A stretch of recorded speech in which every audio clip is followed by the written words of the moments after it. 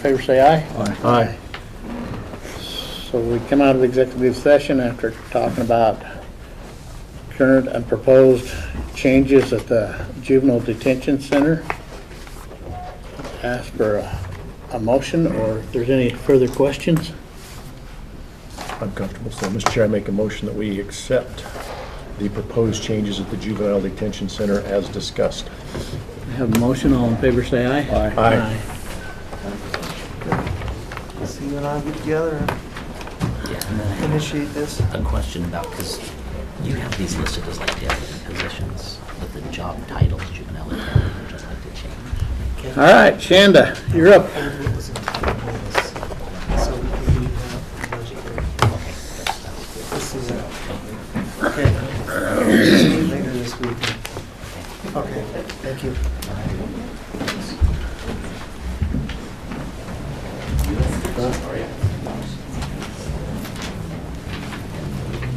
Good morning, Commissioners. Shanda Crystal, Chief Procurement Officer, and I am here with Salzer Maintenance. Jamie Pearson, Fair Board Coordinator. I'm Steve Hadley. Mike Vaughn, Fair Board. Dan Kendall, Facilities Director. We are here before the board today to discuss a recommendation on the Fairgrounds pole barn that we went out to RFP on for a couple months ago. Just as a recap, we went out for requests for proposals, and we did receive 2 bids back on that. The evaluation team did a great job of getting in there and evaluating those proposals that were given. And while we are confident that those companies could do a fantastic job for us, we just couldn't get over the hurdle of the prices that were attached for what we had asked for. So that's why we have invited members of the Fair Board and our Facilities Director here with you to discuss a path to move forward with this. The first solution we would like to discuss is to purchase a pole barn kit, the materials to build it, and then construct it with volunteers down in the same location and the same. We would remove the electricity, the garage doors. It would be a metal-sided pole barn with a roof, but that we would purchase those materials and construct it with volunteers. So what is the kit? What does it cost? The cost, so we are estimating everything from the engineering and permits and the materials to be just around $100,000. Okay. And who's estimating? I mean, we come in at 125,000 when we put this out on the budget. So, and we was way low. And so I just want to make sure that we're not going the same path. Mm-hmm. That is super difficult. I often lean on Dan for information because he is fantastic. And there are a lot of different ways, right, that you can build pole barns. But Dan, if you would like to explain a little bit about how and why we chose this path, then. So what I just did is, I mean, there's 10 different ways you could build a pole barn. I just priced it. If I was going to build this pole barn, what would the building materials cost? Came up with $100,000. So I wouldn't necessarily call it a kit. I would just call it a building materials to put up a pole barn. That includes the walls. It's just the shell, no doors, no electrical, and then building materials, especially steel prices, have gone through the roof. So I feel like I padded it just a little bit, but again, there's a lot of different ways you can build a pole barn. So this is what I came up with. And in this, looking at it, what's your floor? No floor. No floor at all, no concrete, no, okay. That's kind of what we plan on, that dirt floor, better for the livestock. You built any contingency with this? Yes. About 10%. 10%? Yeah. You think that's sufficient? I think so. I think we could, shop around for the steel and probably do better. It's extremely expensive, but I think if we shopped around and found a better supplier, we could get that price down. But I'd rather shoot a little high. I think you should always have contingency if Right. we're talking about construction. It's kind of didn't spend a ton of time, so I didn't call around to suppliers or anything like that. I kind of went with how much can you buy it from Home Depot? How much does a sheet of metal cost? And so I think we can get that number down, but I feel comfortable with it, but it doesn't include any labor for anything. It's just volunteers and employees, I guess, with that number. That would include engineering, permits, man lifts, that kind of thing. Okay, so everything except the volunteers. Yep. And who can speak to the ability to get the volunteers of you guys? Well, I know we have quite a few people in the area that are willing to give a hand with the whole thing. I've actually got 2 people or 3 people that would help me in a second down there. So there's 3, and I know Cody knows 3 or 4, you know, and Steve probably could hook up a few people, but I think we could have enough people to jump in and probably get it done fairly quick. And I know Piney's boy does this kind of work. He's got a crane and the whole bit, and I think we could get him and his guys to help us out too. And who would be kind of supervising the project? We're thinking Alex would, where he's there full-time. From what we understand, in order to have the volunteers there, according to the HR volunteer draft form, that we have to have an employee on site when volunteers are there. So the question, I did ask Shanda the question, where these guys are fair board members, if Alex had to be gone, could he supervise volunteers as a fair board member? And we didn't know the answer to that. I count too, right? What's that? I count as a employee, right? Yeah. I'll come down whenever you need. Oh, perfect. I built houses I've never done pole barns, but I've built houses for many years. I'll be there whenever you need. So that brings up the other question. On all our other projects, we have to have public works license, correct? So I mean, when we put out our bids and stuff? for contractors, yes. Okay. Well, how does this associate? I mean, Bannock County is gonna take all obligations on this. I mean, somebody gets hurt on the project, it's Bannock County's responsibility. Somebody, so I mean, there could go the $100,000 just right now. And I'm not trying to be negative, I'm just looking at all the angles, but when we go out for a bid on something, we gotta have the contractor has to be certified, and that covers Bannock County from the medical, the obligations, and so I just, Would a waiver do that? If they signed a waiver, or could you do that? I'd have to check with iCrimp. I would imagine so, but I would want to double check. that's something I'd need to know. I mean, I appreciate, I mean, but the problem with that is, these guys all got their safety lines and everything else when they go on the project, and we get a bunch of volunteers up on a roof that's, Right. you know, 20 feet or 30 feet in the air, and they're not equipped. I just want to make sure that we're covering the bases. We have volunteers that have harnesses and stuff, and I've been involved in construction business probably my whole life. I worked at Nucor still. I kind of know the safety programs and how high you can be off the ground without a harness and what the protocol is. So, with that being said, I'm sure Alex knows a lot of this too. I have a little bit of experience on construction and stuff like that, so. And that's good, but it's a lot different telling your employee, you're off the job or you're fired if you're not obeying the safety rules, and a volunteer that just, That's, I'm just saying, Sure. I've been involved with safety for a lot of years myself, and I'm looking out for the county. That's my responsibility here. Yeah. So I want to make sure, I want the barn to happen, it's a good project, but I want it to be done right. We might look at a secondary insurance policy for that time frame. Might not be too expensive. We could build it into what it's going to cost just for that. We could look into that a little bit. And with that, what we could do is kind of looking, that policy that Jamie referred to as a draft one, that I had put together about a year ago. I have that I a kind of copy gave of it them. here. And it did talk about making sure there's a supervisor on site, and we could also, and there is a form to go with that for like a volunteer checklist to vet the volunteers a bit, and we could use that.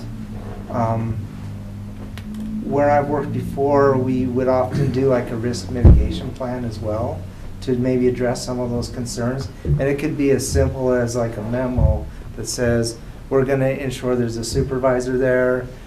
Here's some potential hazards, people getting on roofs, and to mitigate that, we're gonna use ropes or lifts, and just a bit of a plan to how you're gonna mitigate the risk, I think it's a best practice that we might want to follow. And you would be going to ICRIM to get this special policy for this project? I suspect it'll be covered, but I will double check. So you with think them. it's covered now? Yeah, and if it's not, we could always go and get one, like Jason mentioned. Okay. So what I would like is I'd like the package put together, so that we see exactly what's going on. And then, I'm just telling you, Dan is busy. He's got a full plate right now, and he can't be the chief contractor down there. He's got too many projects going on, so we got to identify the people, and before we order any materials or anything else, we got to identify the people. I want Hal or the building department to kind of put a stamp of approval on things too. We do have to get a building permit, just like everybody else. And so before I put a stamp of yes on this, I think that there's a few processes that I would like to have answered first. A couple questions. What's your plans for future electricity or doors on this? We I mean, haven't talked if about- you're scaling yeah, back. We haven't talked about that. The only thing that I thought of is I didn't have a chance to look at the budget, but I think that we have some electrical upgrades monies in our budget, and that's what we'll ask for again next year. So we could do it piece by piece, because I know that we've had it in the past. I didn't look at it. There's 7,500 this year. Yeah. But- And actually, we have budget 120 for farmers. Yeah, so I was gonna So you would say, have that $20,000 $20,000 if, Get an electrician to go in after it's up. right. Or order the doors, or order, yeah. Probably electricity first, but yeah. Well, there's a part of me that doesn't want to build this halfway. If we're going to do it, let's do it right and do it the first time, Right. so we don't piecemeal it together, and then next year in the budget go, oh, sorry, we don't have the budget for it. Right. So that was my concern. If you're going to scale it back, that's fine, but let's try to Yeah, build the this. one thing that I did want to look at before I came, and I apologize, was the electricity, because we do have money in electrical upgrades, so we could use some of that And when's the goal to have it done? before fair. July 31st. So, and So, and maybe electrical lights, just minimum, you basically need them during the fair, Sure, correct? correct. Yeah. I mean, And does that 100,000 include the stalls inside, or what do you need for? We've already got all that, we've already got all the You panels. just take out from everything else and Yeah. move it? Okay. Okay. Well, that would be, my concern is just include some doors and some electrical. so that's one option. If you do you have any other options? So there was a recommendation to do a pavilion instead of the pole barn with the metal sides, that they would have temporary siding. But I think it would end up being a little like Commissioner Huff talked about, that eventually we would want to have sides and things put on there. The other one was to change the scope of the RFP that we currently have. But there was quite a bit. They were 186 and 193, the bids that came in. I'm uncertain if we can adjust enough out of it to get it within budget. But we would definitely take a shot at it if that's what we're wanting to.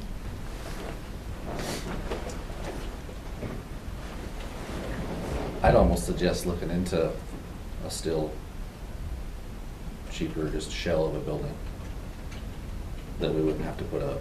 We actually bought one at the landfill over the flare, where it's not quite as big as what these guys are wanting, but good sized, and they put it up in a day.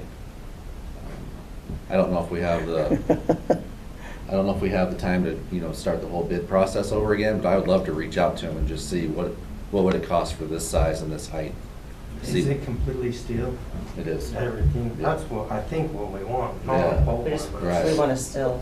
Well, and that's when we went down there and looked at the facilities down there. The one barn had a fire in it. And then we went up and looked up here at the event center also, and it was interesting that the first stall we went into, we looked up, it had had a fire in it. You know, so I think that we need to look at a few more options. I think that you can look at this and kind of get your plans and your ideas a little deeper, but I'm not sure that, like Jeff says, putting up the right facility, and if we have options, then I think that we look at the budget and see if there is any other funds to do it with, but to do it the right way. Jeff, John? I would support, let's take another look at it and see if the steel building would work better and faster. And if they can go as fast as Dan says, then potentially that's the better way to go. I just don't want to build, I don't want to build something halfway. Just a matter of meeting that deadline would be the problem. Yeah. Even like in our 5 or 10 year plan, I think a steel building would be better, because you could pick it up and move it somewhere else on the ground, so, Okay, questions? Just wanting to clarify if I understand the board's directions, that we are kind of vetting out both of the options, the material cost, identifying people, the inspectors as far as building inspectors, things like that, as well as vetting out the steel building, seeing about how long it would take to deliver, what kind of cost it would be to head in that direction.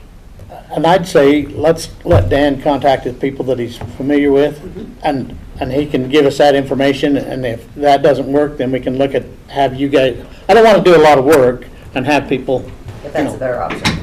let's look, that's my feelings. on your building, do you have a cost and guesstimate what it costs yours? As far as what you guys are wanting, Well, the one that you built at the dump? you know what, I'd say the building costs have more than doubled since we put that one up, but it was considerably cheaper than we could have put it up for. And literally it was up in a day, so there's a lot of options even with that company as far as what steel structures they have. But let me reach out to them and I'll get back with you. Perfect. Okay, Sounds good. any other questions? All right, thank you. Thanks for your time.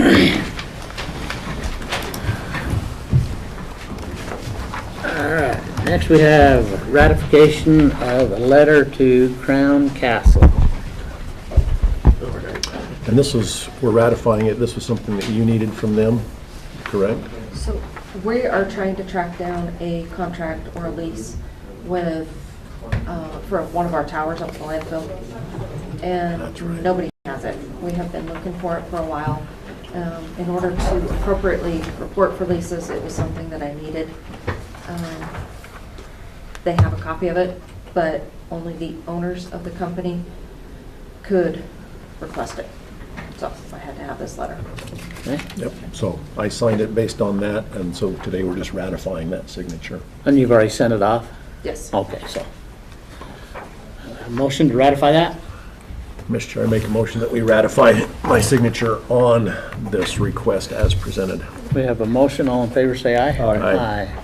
As And soon as next, I receive that, I'm going to send copies to Nancy and Christie. okay, okay. Next we have acceptance of the Bannock County Board of Commissioners quarterly jail inspection. Mr. Chair, I make a motion. First off, I would like to commend the folks at the jail. It looked fantastic. In all the time I've been here, that's the best it's looked. It looked really good. Commissioner Crowder, did you go out to their inspection, their other The inspection? state inspection, Yes. How did that look? Well, it looked good. I mean, it was 2 days Right. later, so it looked pretty much the same, but it does look great. But the interesting thing about that was listening to all the questions and answers. And, yeah, I learned a lot more about jails. Okay. They're pretty thorough. Oh, yeah. The reporting that has to go on and training of their officers and everything else. Yeah, it was quite interesting. Well, again, with kudos to the jail staff and the way it looked, I would like to make a motion that we approve the jail inspection as presented. We have a motion, all in favor say aye. Aye. Aye. Aye. With that being said, we'll be at recess till 11 a.m. We have